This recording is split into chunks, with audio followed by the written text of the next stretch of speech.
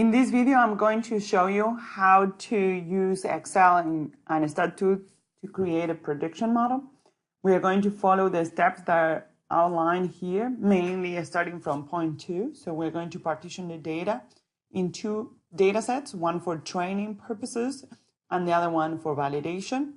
Then we're going to fit the model in the training set, and we are going to use the model to make predictions on the validation set and evaluate the model. So we're going to create some measurements to evaluate the performance of the model in a data set that hasn't been used to create the model per se. Okay, so now all the work is going to be done in Excel. So we're going to move into Excel.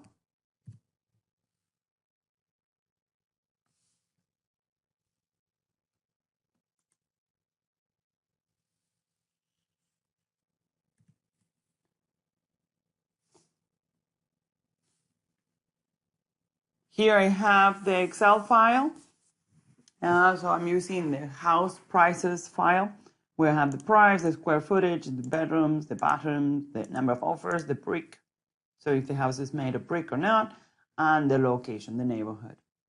Okay, so in this case, the first thing that we need to do is do that partition of the data set. So I'm going to use a random numbers to do the partition.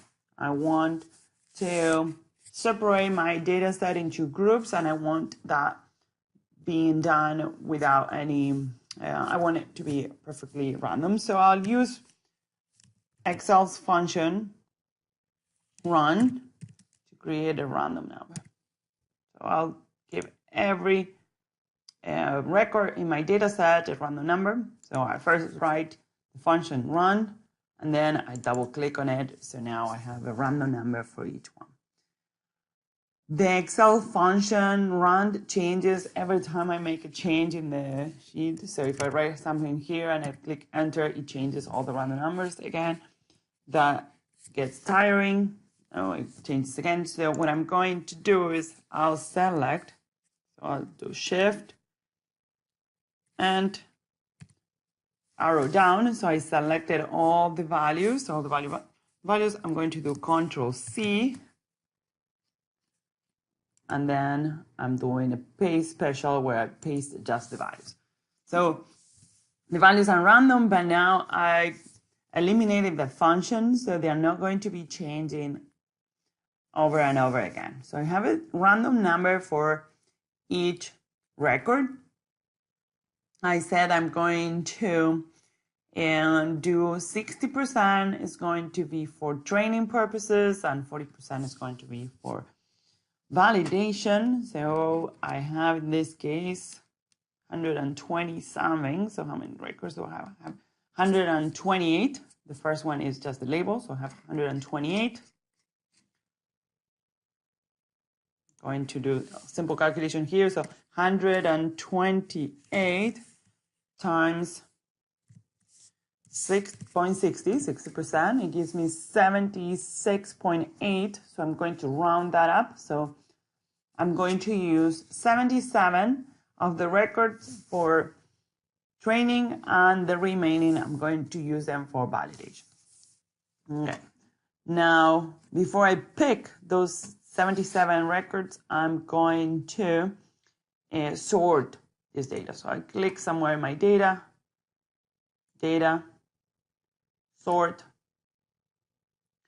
and now I select the right option. So this is column sort by. I'm going to use the random column. It doesn't matter if I do it from smallest to largest or largest to smallest. It doesn't really matter because it's a random number, and I'm just trying to use that random number to create a sample. So a little bit like that. So now it reorganized all my records using that random variable. And what I'm going to do is I'm going to copy the first 77 records as my training data set and the remaining as my validation. So I'll add here on the bottom sheet, and I'm going to rename it. So I'll call it training. I'll create one for validation since I'm here. So validation. All right, data.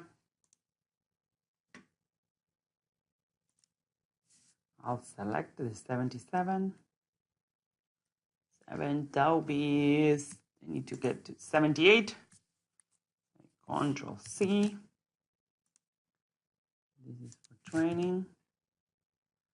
And 78 to the end is going to be my validation. So Control C. I'm going to leave one row for my titles. So also, sure. All right. So right there I have my training set and my validation set. Now I need to enter these data sets into StatTools. So I'm going to go to StatTools. So I'm in training. I click somewhere in my data. I go to Dataset Manager. Do you want to add the range? Yes. And here I have all the variables and all their information. Everything looks good. I'm just going to name this data set as training. Say it okay. And it has 77 data cells. Everything looks good. Now I'll do a similar thing with validation. But before I do that, I'm going to change the name of the price. I'm going to call it true price.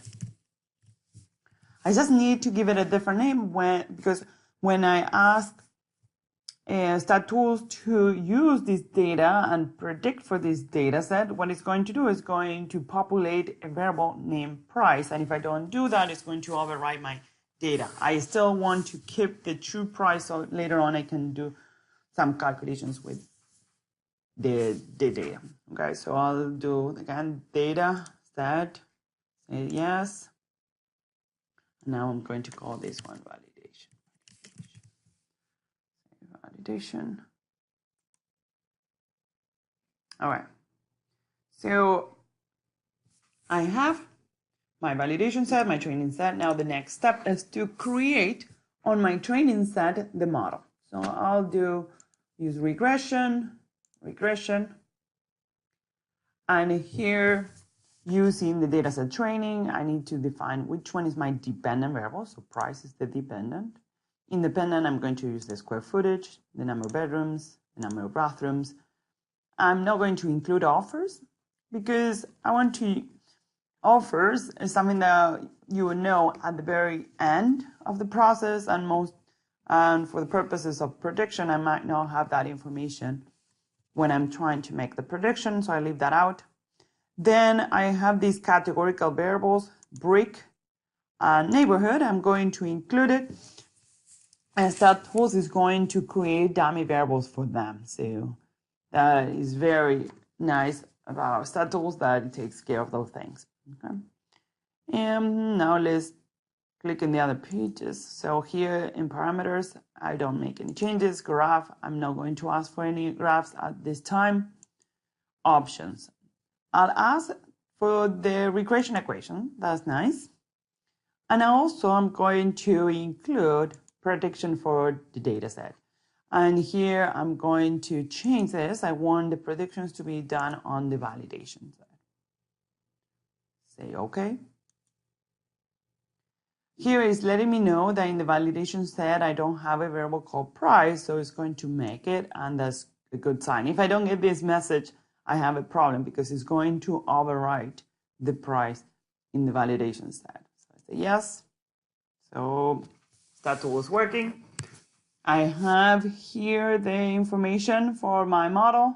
So this is all information based on the training set. So it's giving me the R-square on the training set. It's giving me the F statistic and the p-value for the model as a whole.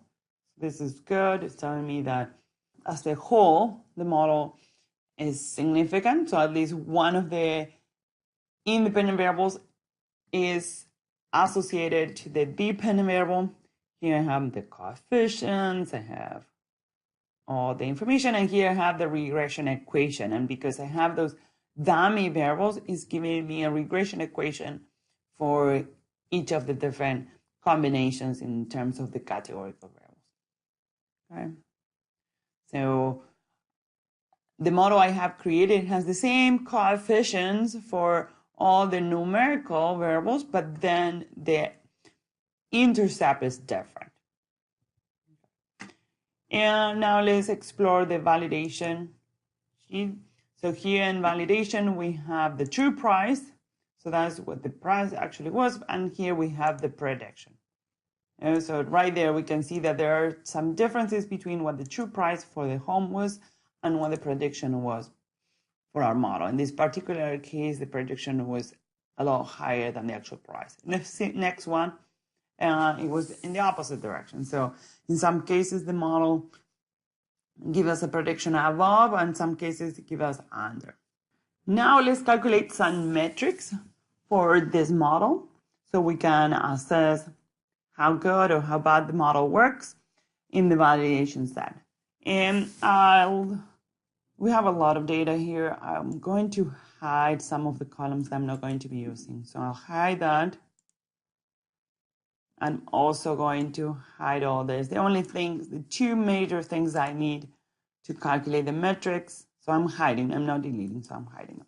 So the main two things I need to calculate some metrics for the model are the true price and the predicted price. So I'll leave those two columns. I'm going to add some extra columns here. So the error. So the error is just the difference between what the real price is minus the prediction. So right there I have error. And double click, so it does it for all the data points in my validation set. I might want to also have the absolute error. For the absolute error, it's just going to be absolute of the error. Oh, double click. I might also want to calculate the error square, in which case it's just the error squared.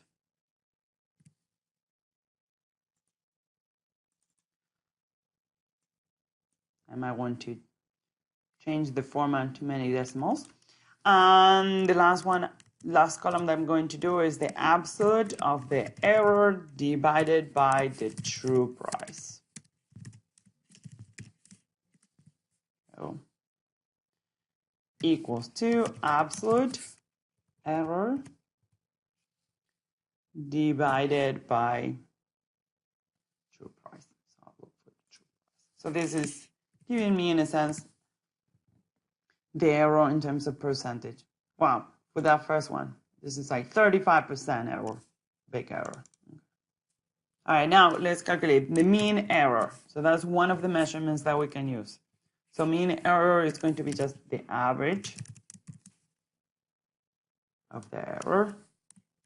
Next, we're going to calculate the mean absolute error,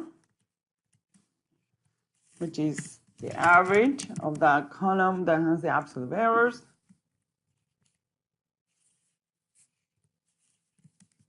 Making sure that we don't leave anything out. Next one, we have the we have the root mean square error, okay, which is this equals to the square root of the average of the square errors.